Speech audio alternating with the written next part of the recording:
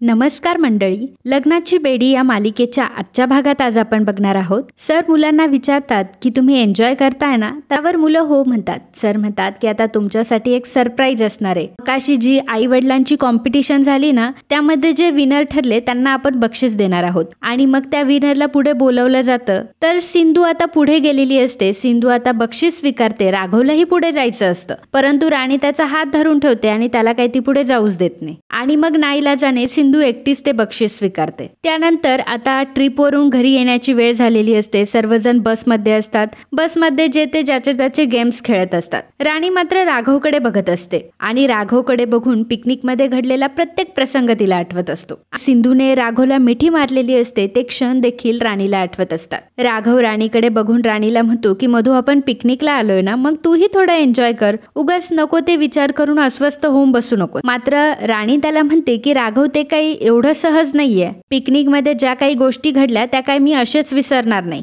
राघव मधूला सांगण्याचा प्रयत्न करत असतो की जे काही घडलं ते सिच्युएशन वाईज घडलं, कोणी मुद्दाम नाही केलंय ते सर्व. राणी राघवला म्हणत असते की राघव, जेवढे एफर्ट्स तू सिंधू सोबत गेम खेळताना लावलेत ना, तेवढे एफर्ट्स जर माझ्यासोबत गेम खेळताना लावले असते तर आपण नक्कीच जिंकलो असतो. आणि सगळ्यात महत्वाचं म्हणजे हे जिंकण्याबद्दल अजिबात नाहीये. राघव मधूला म्हणत असतो की मधू, तू ह्या सगळ्या गोष्टींचा विचार करणं जरा सोडून दे. परंतु मधू काही ऐकायला तयार नसते. त्यामुळे राघव गप्प बसून घेतो. तर गाडी चाललेली असते. आता गाडीच्या ड्रायव्हरचा गाडीवरील ताबा सुटतो आणि गाडी आता वेगळ्याच दिशेने चालू लागते. सगळी मुलं आता घाबरलेली असतात. पॅरेंट्स घाबरलेले असतात आणि सर्वजण आता आरडाओरडा करू लागतात. सिंधू लगेचच सावीला जवळ घेते. राघव विनूला जवळ घेतो. सर्वजण प्रचंड घाबरलेले असतात. काय होतंय हे कोणालाच कळत नसतं. आता बस एका दरीच्या कडावर येऊन थांबते. समोर मोठी दरी असते. बस आता तिथंच येऊन थांबलेली असते आणि समोर एवढी मोठी दरी बघून सर्वांच्या पायाखालची जमीन सरकते. सर्वजण मोठमोठ्याने ओरडत असतात. राघव त्या सर्वांना शांत व्हायला सांगत असतो आणि तो सगळ्यांना धीर देत म्हणत असतो की समोर काय आहे, दरी आहे. आपण सगळ्यांनी दरी बघितली आहे. आता जर आपण आरडाओरडा केला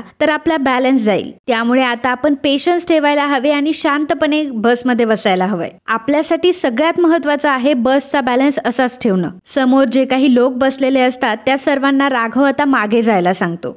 आणि मग राघव आता दरवाजातून खाली उतरलेला असतो. सावी आणि विनू म्हणत असतात की बाबा तुम्ही जाऊ नका, परंतु राघव म्हणतो की मला काही होणार नाही, तुम्ही अजिबात काही काळजी करू नका. राघव आता सावकाशपणे खाली उतरतो आणि गाडीच्या पुढच्या टायर जवळ तो काही दगड लावतो जेणेकरून बस पुढे जाऊ नये. आणि आता तो ड्रायव्हरला विचारतो की तुमच्याकडे एखादी दोरी वगैरे आहे का. तेव्हा ड्रायव्हर सांगतो की बसच्या टपावरती एक दोरी आहे. राघव आता बसच्या टपावर चढतो, परंतु तो चुकीच्या दिशेने चढलेला असतो, कारण दोरी एका साईडला असते आणि राघव एका साईडने असतो.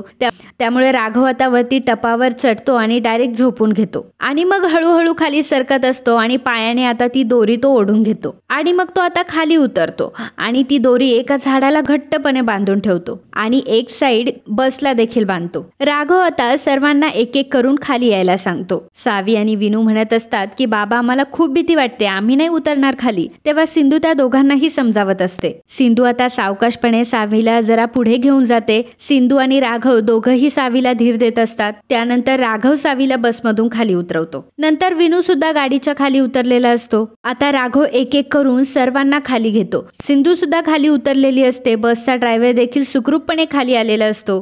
राघवने आता एक एक करून सर्वांना खाली घेतलेलं असतं. बसच्या ड्रायव्हरला देखील सुखरूपपणे खाली घेतलेलं असतं. आता बसमधील सर्व माणसं ही एक एक करून खाली आलेली असतात. सर्वांचा जीव वाचलेला असतो आणि आता बसमध्ये फक्त दोनच व्यक्ती शिल्लक राहतात. दोघी म्हणजे सिंधू आणि मधू. दोघीही खूप घाबरलेल्या असतात. राघव त्या दोघींना घेण्यासाठी गेलेला असतो आणि अचानक राणीच्या डोक्याला एक खांब लागतो. त्यामुळे राणी बेशुद्ध पडते. राघव सिंधूला बाहेर यायला सांगत असतो, परंतु त्याच वेळी सिंधूचा आणि अंकुरचा जो ऍक्सिडेंट झालेला असतो त्यावेळच्या सगळ्या गोष्टी सिंधूला आठवत असतात. सिंधू खूप पॅनिक होत असते आणि तिला असं वाटत असतं की हा तोच ऍक्सिडेंट आहे. सिंधू आता मोठमोठ्याने रडू लागते. सिंधू म्हणत असते की राघव, आपला अंकुर कुठे, मला अंकुर नाही दिसत आहे, तू पटकन आपल्या अंकुरला वाचव. तर आता राघवलाही काही कळत नाही आणि सावी आणि विनू सुद्धा खूप घाबरलेले असतात. तो सिंधूला भानावर आणण्याचा प्रयत्न करत असतो, परंतु सिंधू खूपच पॅनिक झालेली असते. सिंधू मोठमोठ्याने अंकुर अंकुर असं ओरडत असते. राघवलाही काही कळत नाही.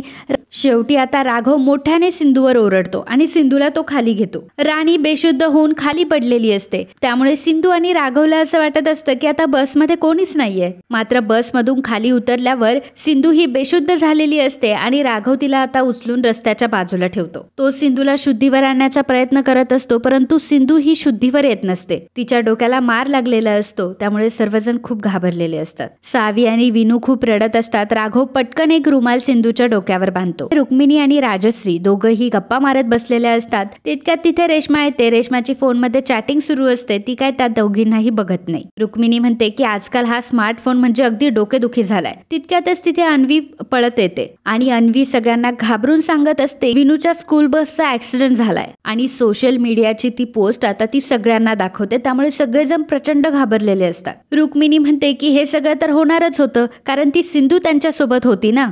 आता मला यातली एक गोष्ट कळत नाही की तुम्हीच सांगा मित्रांनो की यात काय लॉजिक आहे. कोणीतरी तुम्हाला सांगतंय की बसचा ऍक्सिडेंट झालाय आणि त्यावर रुक्मिणी म्हणते की हे सगळं सिंधूमुळे झालंय. नॉर्मल मनुष्य जेव्हा ऐकतो ना की एखाद्याचा ऍक्सिडेंट झालाय तेव्हा तो घाबरतो आणि आता काय करायला पाहिजे याच्यावर तो विचार करतो. कोणामुळे झालाय असा विचार तो करत नाही. आणि रुक्मिणी घराला स्वतःची लीडर समजते. तर तुम्हाला वाटतं का मित्रांनो की लीडर असा असतो घरातला जो परिस्थिती सांभाळण्याच्या ऐवजी त्या परिस्थितीचे अजून वाभाडे काढतो? कमेंटद्वारे नक्की कळवा. तर रुक्मिणी जी आहे ती अन्वीला म्हणत असते की सिंधू जेव्हापासून आपल्या आयुष्यात आली आहे ना तेव्हापासून काही ना काहीतरी प्रॉब्लेम होतोच आहे. आता अन्वी आहे ती रुक्मिणीला म्हणत असते की अगं आजी असं काही नाहीये, तू का असं बोलतीयेस.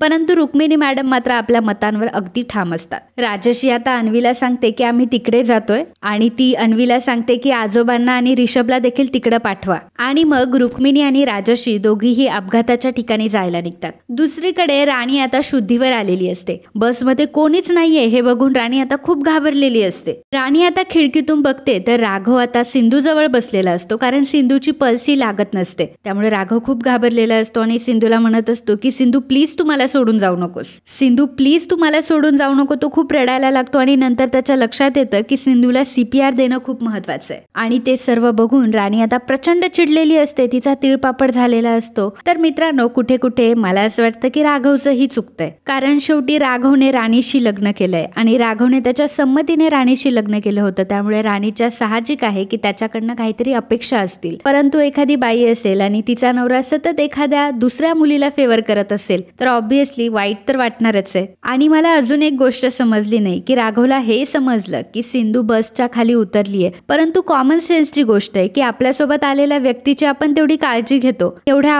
अवघड प्रसंगी आपल्याला पहिले आपले व्यक्ती आठवतील ना की आपल्यासोबत कोण आलं होतं कोण नाही आलं होतं. आणि मग राघवला त्या क्रिटिकल सिच्युएशन मध्ये सुद्धा समजायला हवं होतं की राणी आतमध्ये राहिलीये का की राणी बाहेर आलीये. आणि ही गोष्ट तिथे कोणाच्याच लक्षात येऊ नये. म्हणजे किती मोठा स्ट्रेंज आहे हा. शेवटी स्ट्रेंज तर असणारच, कारण ती एक मालिका आहे. असो तर मित्रांनो आजचा हा भाग इथेच संपतोय. पुढील भागात आपल्याला बघायला मिळणार आहे सिंधू शुद्धीवर आल्यावर राघवला समजतं की राणी इथे नाहीच आहे. आणि मग राणी बसमध्ये आहे तेव्हा कुठेतरी त्याला जाग येते आणि तो घाबरतो आणि तो आता राणीला वाचवण्यासाठी जातो. राणी राघवला म्हणत असते की राघव शेवटी तू माझ्याऐवजी सिंधूचीच निवड केलीस ना, आता मी बाहेर नाही येणार. आणि बसला जी दोरी बांधलेली असते ती दोरी तुटते आणि राणी आता दरीमध्ये कोसळते. सर्व बघून राघव आणि सिंधूच्या पायाखालची जमीनच सरकते. तर मित्रांनो असेच लग्नाची बेडी या मालिकेचे डेली अपडेट बघण्यासाठी आत्ताच आपल्या चॅनलला सबस्क्राईब करा आणि हा व्हिडिओ आवडला असेल तर व्हिडिओला लाईक आणि कमेंट करायला अजिबात विसरू नका.